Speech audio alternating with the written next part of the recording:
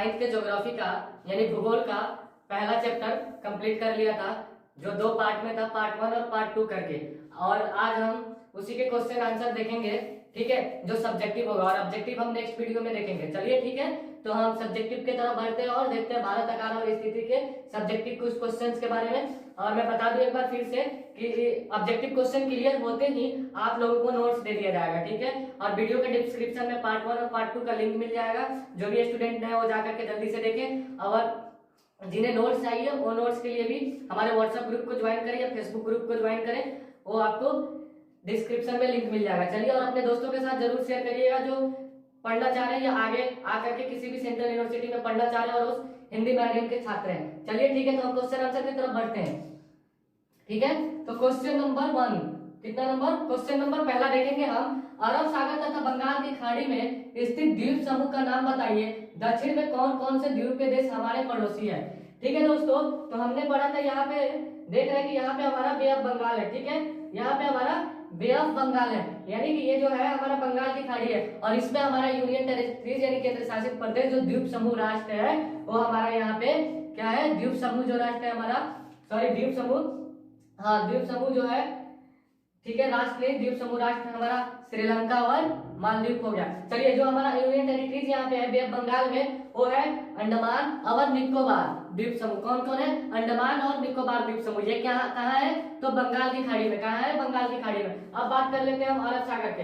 अरब सागर में कौन है, तो ये हमारा अरब सागर हो गया, ठीक है दोस्तों, ये हमारा अरब सागर हो गया। तो अरब सागर में क्या है, तो अरब सागर में हमारा लक्षद्वीप समूह है। कौन सा है, लक्षद्वीप समूह। कहाँ है, अरब सागर में। चलिए ठीक है, अब नेक्स्ट क्वेश्चन देखते हैं। यहाँ पे नेक्स्ट इसी में कह रहा है दक्षिण में कौन कौन से द्वीपीय देश हमारे पड़ोसी है। तो हम जानते हैं दोस्तों, यहाँ पे हमारा क्या है, श्रीलंका है, ठीक है। तो ये कहाँ है, दक्षिण में, और ये हमारे द्वीप समूह राष्ट्र, और यहीं पे हमारा, यहीं पे एक ठीक है, यहीं पे एक हमें देखने को मिल जाएगा, क्या मिल जाएगा, मालदीव समूह मिल जाएगा, ठीक है, यहीं पे हमें मालदीव समूह मिल जाएगा, और यहाँ पे हमारा श्रीलंका। तो ये दोनों हमारे द्वीप समूह राष्ट्र है, ठीक है। तो ये हमारे दक्षिण में है, दक्षिण में हमारे दक्षिण में 2 द्वीप समूह राष्ट्र कौन कौन से हैं, तो पहला श्रीलंका और दूसरा मालदीव। कौन कौन, श्रीलंका और मालदीव। चलिए नेक्स्ट क्वेश्चन देख रहे हैं, क्वेश्चन नंबर 2।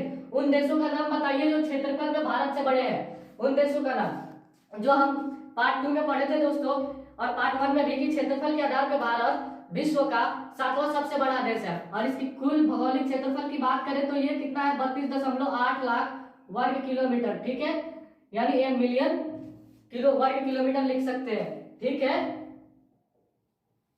ठीक है दोस्तों। तो इतना है हमारा, कितना, 32.8 लाख वर्ग किलोमीटर। अब ये तो 7वें नंबर पे है, ठीक है दोस्तों, ये कितने नंबर पे है, 7वें नंबर पे हमारा देश है। तो भारत से बड़े देश के बारे में बात कर रहा है, तो चलिए हम एक एक करके याद करते हैं, ठीक है। पहला क्षेत्रफल के आधार पर सबसे बड़ा देश कौन सा है, तो रूस। कौन सा है, रूस। दूसरा क्षेत्रफल के आधार पर सबसे बड़ा देश कनाडा। तीसरा क्षेत्रफल के आधार पर सबसे बड़ा देश अमेरिका। कौन है, अमेरिका, यूएसए, संयुक्त राष्ट्र अमेरिका, ठीक है, तो तीसरा अमेरिका। चौथा चीन, चौथा चीन। दोस्तों एक बात और बता दूं, फिर हम आगे कंटिन्यू करते हैं। चीन जो है विश्व का सबसे पहला विश्व का सबसे बड़ा देश है। किस चीज में, पहला किस चीज में है, तो जनसंख्या के आधार पर सबसे पहला है, जनसंख्या के आधार पर सबसे पहला बड़ा देश है, और दूसरा हमारा भारत है। और क्षेत्रफल के आधार पे एशिया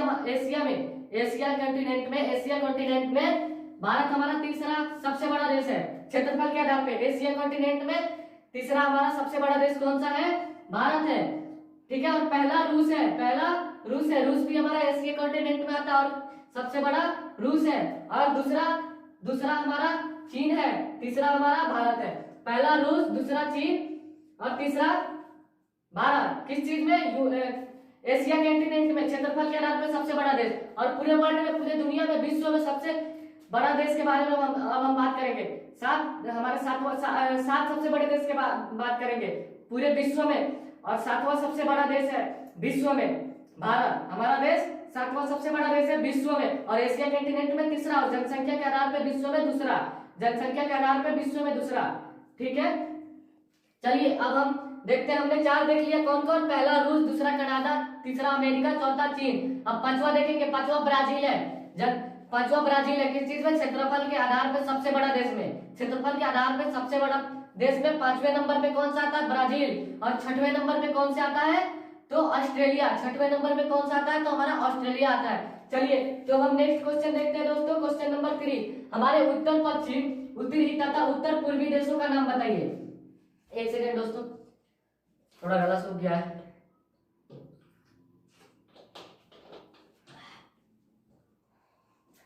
चलिए तो अब हम कंटिन्यू करते हैं हमारे उत्तर पश्चिम।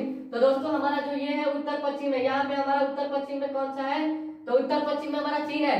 कौन सा है? उत्तर पश्चिम में हमारा चीन है। और उत्तर में हमारा नेपाल है।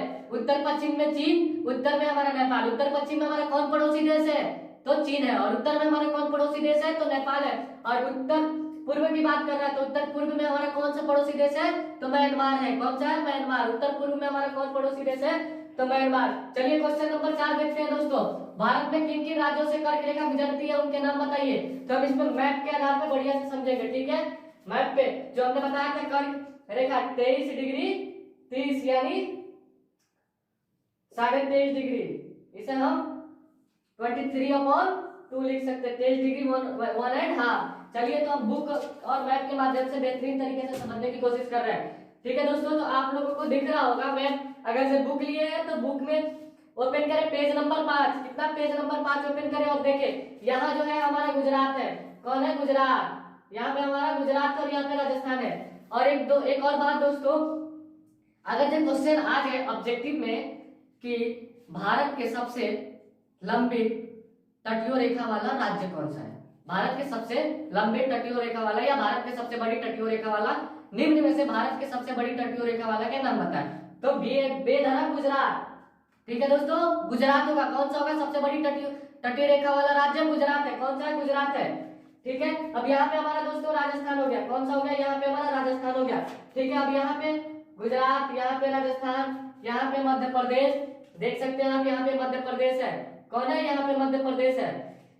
यहीं पे बढ़ेंगे उत्तराखंड मिलेगा, देख सकते हैं यहाँ पे उत्तराखंड है, ठीक है। मध्य प्रदेश, उत्तराखंड, ठीक है। यहाँ पे हम देखेंगे छत्तीसगढ़ भी है जो हमारे कर्क रेखा की सीमा से लग रही है, छत्तीसगढ़, ठीक है। और कर्क रेखा की सीमा से लगने वाली भी पश्चिम बंगाल है, ठीक है। कर्क रेखा की सीमा से लग रही है पश्चिम बंगाल, त्रिपुरा भी है, मिजोरम है, ठीक है। यहाँ पे त्रिपुरा, यहाँ पे मिजोरम, ठीक है। तो कितने हो गए? 1 2 3 4 5 6 7 और 8 है। 8 कर्क रेखा से कितने राज्य गुजरते हैं? तो 8। राजस्थान पहला, गुजरात, राजस्थान, ठीक है। मध्य प्रदेश, छत्तीसगढ़, एक सेकंड दोस्तों, छत्तीसगढ़, उत्तराखंड, ठीक है। पश्चिम बंगाल, त्रिपुरा और मिजोरम। एक बार रिवीजन कराते हैं, ठीक है। गुजरात, राजस्थान, ठीक है। मध्य प्रदेश, छत्तीसगढ़, ठीक है। उत्तराखंड, ठीक है। उत्तराखंड, पश्चिम बंगाल, त्रिपुरा और मिजोरम। और वो एक क्वेश्चन और आ सकता है दोस्तों, कर्क रेखा से निम्न, कर्क रेखा से कौन से राज्य नहीं गुजरे? कर्क रेखा किस राज्य से नहीं लगती है? तो यहीं पे हमारा देखेंगे, यहीं पे हमारा उड़ीसा है, ठीक है। यहीं पे उड़ीसा है, कर्क रेखा के पास ही है। लेकिन जो इसकी सीमा है वो मध्य प्रदेश और छत्तीसगढ़ के बीच रह जाती है, जो हमारी कर्क रेखा तो नहीं छूटती है, ठीक है। और कर्क रेखा 23.5 डिग्री हमारे देश को लगभग 2 बराबर भागों में बांटती है, ठीक है दोस्तों। यहाँ तक क्लियर हो गया। अब हम नेक्स्ट क्वेश्चन नंबर 5 पर आते हैं। भारत किस गोलार्ध में स्थित है और इसका मुख्य भाग कहां से कहां तक है? तो भारत किस गोलार्ध में स्थित है? हमने बात किया था पार्ट 1 में कि भारत पूरी तरह से उत्तरी गोलार्ध में स्थित है। अब जो नए छात्र हैं उन्हें नहीं समझ में आएगा कि पूरी तरह से कैसे गोलार्ध या अक्षांश के बारे में भी हम बात करेंगे, देशांतर की बात करेंगे, क्वेश्चन में तो नहीं समझ पाएगा। तो पार्ट 1 पार्ट 2 जरूर देखें, तभी उन्हें समझ आएगा। तो चलिए, भारत किस गोलार्ध में स्थित है? हमने जान लिया, भारत पूरी तरह से उत्तरी गोलार्ध में स्थित है। क्या है? उत्तरी गोलार्ध में। चलिए, इसका मुख्य भाग कहां से कहां तक स्थित है? चलिए यहाँ से देखते हैं। ये बात किया कि इसका उत्तर विस्तार बात कर लिया, ठीक है, उत्तर विस्तार। अब पूर्वी देशांतर के विस्तार के देखते हैं, यहाँ पे पूछ रहा है, ठीक है। क्वेश्चन नंबर 5 में इसका भी मुख्य भाग कहां से कहां तक स्थित है? तो इसका मुख्य भाग 8 डिग्री 4 मिनट उत्तर से लेकर 37 डिग्री 6 मिनट उत्तरी देशांतर। अब बात करते हैं इसका पूर्वी ये अक्षांश है, ठीक है। देशांतर की बात करते हैं तो 68 डिग्री, ठीक है, 68 डिग्री 7 मिनट से लेकर 97 डिग्री 25 मिनट, ठीक है। 97 डिग्री 25 मिनट क्या है? 97 डिग्री 25 मिनट पूर्वी देशांतर तक। कहां से कहां तक? 68 डिग्री 7 मिनट से लेकर 97 डिग्री 25 मिनट पूर्वी देशांतर तक। और 8 डिग्री 4 मिनट से लेकर 37 डिग्री 6 मिनट क्या है, उत्तरी अक्षांश से लेकर 68 डिग्री 7 मिनट से लेकर 97 डिग्री 25 मिनट पूर्वी देशांतर तक इसका विस्तार है। चलिए अब क्वेश्चन नंबर 6 देखते हैं। भारत संघ राज्य के सबसे दक्षिणी बिंदु को क्या कहा जाता था, किस सन में जलमग्न हुआ? ठीक है दोस्तों, तो भारत संघ राज्य की सबसे जो दक्षिणी बिंदु थी, दक्षिणी बिंदु यानी इधर दक्षिणी बिंदु जो थी उसे इंदिरा बिंदु के नाम से जाना जाता था। किस बिंदु के नाम से? इंदिरा बिंदु के नाम से। जो 2004 में सुनामी लहरों के कारण ये जलमग्न हो गया, यानी समुद्र में ही विलुप्त हो गया, गायब हो गया। ठीक है, कब हुआ? 2004 में, सन 2004 में। और इस संघ राज्य जो भारतीय संघ राज्य का जो दक्षिणी बिंदु था उसका क्या नाम था? जो इंदिरा बिंदु नाम था। क्या नाम था? इंदिरा बिंदु। चलिए क्वेश्चन नंबर 7 देखते हैं। किस नहर के खुलने से भारत और यूरोप के बीच की दूरी 7000 किलोमीटर कम हो गई? कब? ठीक है, तो स्वेज नहर के खुलने से भारत और यूरोप के बीच की दूरी कम हो गई। सन कितने में? कब? 1869 ईस्वी में। तो इसको हम क्वेश्चन में आंसर इसका देंगे उत्तर में कि सन 1869 में स्वेज नहर के खुलने से भारत और यूरोप के बीच की दूरी 7000 किलोमीटर कम हो गई। कितना? 7000 किलोमीटर कम हो गई। ठीक है, अब क्वेश्चन नंबर 8 देखते हैं। भारत के उत्तर पश्चिम, उत्तर तथा उत्तर पूर्वी सीमा पर कौन सा पर्वत स्थित है? भारत के उत्तर पश्चिम, उत्तर तथा उत्तर पूर्व सीमा पर कौन सा पर्वत स्थित है? तो दोस्तों उत्तर पश्चिम, ठीक है, उत्तर और उत्तर पूर्व की बात कर रहा है। कौन सा पर्वत स्थित है? तो यहाँ पे हमारा वलित पर्वत स्थित है। कौन सा दोस्तों? वलित पर्वत, जिसे हम हिमालय के नाम से जानते हैं। किस नाम से? हिमालय के नाम से। कौन सा पर्वत स्थित है? वलित पर्वत। कौन सा? वलित पर्वत। चलिए क्वेश्चन नंबर 9 देखते हैं दोस्तों। भारत के किस महत्वपूर्ण स्थिति के कारण एक महासागर का नाम इसके नाम पर रखा गया? यानी कि क्वेश्चन हमने पार्ट 2 में भी बात किया था, या शायद पार्ट 1 में। ठीक है, भारत के किस महत्वपूर्ण स्थिति के कारण एक महासागर का नाम इसके नाम पे रखा गया? यानी हमारे देश के नाम पे एक महासागर का नाम है जिसे हम हिंद महासागर के नाम से जानते हैं। तो कौन सा देश है? कौन सा? अरे सॉरी, क्या रीजन थी, क्या कारण थी, क्यों रखा गया? भाई बहुत सारे देश है जो सागर से उनकी सीमा लगती है, उनकी सीमाएं लगती हैं, सबके अपने अपने तटीय सीमा रेखा है। लेकिन क्यों हमारे देश का? क्या रीजन है कि हमारे देश का? अमेरिका इतना बड़ा है, बहुत सारे देश है, इन सारे देश का क्यों नहीं लगता, हमारे देश का क्यों? तो दोस्तों इसका रीजन ये है कि हमारे जो देश का तटीय सीमा रेखा जो है, जो तटीय सीमा रेखा महासागर में जो है तटीय सीमा रेखा, वो एक हमारे देश को स्थित, हमारे मतलब सभी देशों के बीच एक स्थित केंद्र प्रदान करती है, एक स्थित केंद्र प्रदान करती है, और वो किसी भी देश की तटीय सीमा से नहीं लगती है। ठीक है, और इस तरीके से किसी भी देश की तटीय सीमा रेखा उतनी मजबूत नहीं है, और ना ही एक स्थित केंद्र अपने देश के लिए प्रदान करती है। यही महत्वपूर्ण स्थिति हमारे भारत देश के लिए कि इस नाम पे, मतलब हमारे देश के नाम पे एक महासागर का नाम है। क्या नाम है? हिंद महासागर। क्या नाम है दोस्तों? हिंद महासागर। याद रहेगा? चलिए एक बार हम फिर से बता देते हैं महत्वपूर्ण स्थिति। हम तो समझे, अब आंसर देखते हैं कि क्या लिख सकते हैं।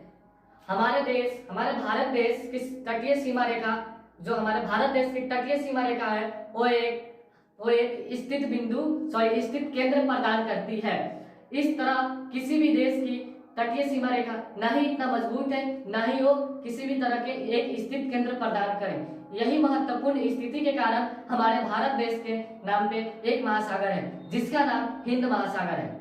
चलिए दोस्तों क्लियर। चलिए लास्ट क्वेश्चन नंबर 10 देखते हैं। दक्षिण में समुद्र पार हमारे पड़ोसी 2 द्वीप समूह राष्ट्र कौन कौन से है? तो दोस्तों दक्षिण की बात कर रहा है, दक्षिण हमारा ये हो गया। 2 द्वीप समूह राष्ट्र की बात कर रहा है, तो कौन कौन? पहला श्रीलंका, दूसरा मालदीव। पहला श्रीलंका और दूसरा मालदीव। ठीक है, याद रहेगा। दक्षिण में बात करें तो दक्षिण में हमारे दो द्वीप समूह राष्ट्र निम्न है। पहला श्रीलंका, दूसरा मालदीव। पहला श्रीलंका, दूसरा मालदीव। चलिए तो क्वेश्चन क्लियर हो गया अब। ठीक है, तो चलिए दोस्तों, ठीक है, मन लगा के पढ़िए, क्वेश्चन आंसर एकदम याद करिए, और एकदम अच्छा एग्जाम्स में नंबर लाना। एकदम हम बेहतरीन तरीके से अपने सरल भाषा में समझाएंगे। अगर से किसी भी स्टूडेंट को कहीं भी दिक्कत हो तो फौरन हमारे साथ जुड़े और जुड़ के मैसेज करें। व्हाट्सएप पे, फेसबुक पे कहीं भी मैसेज कर सकते हैं, कमेंट में। चलिए ठीक है, तो बहुत जल्द मिलते हैं ऑब्जेक्टिव नेक्स्ट वीडियो में। ठीक है, ऑब्जेक्टिव के साथ। चलिए ठीक है, तब तक के लिए बाय बाय दोस्तों। अपना ख्याल रखना, अपने परिवार के ख्याल रखें और मन लगा के पढ़ें। चलिए ठीक है, और अपने दोस्तों के साथ शेयर करें। Okay, bye bye.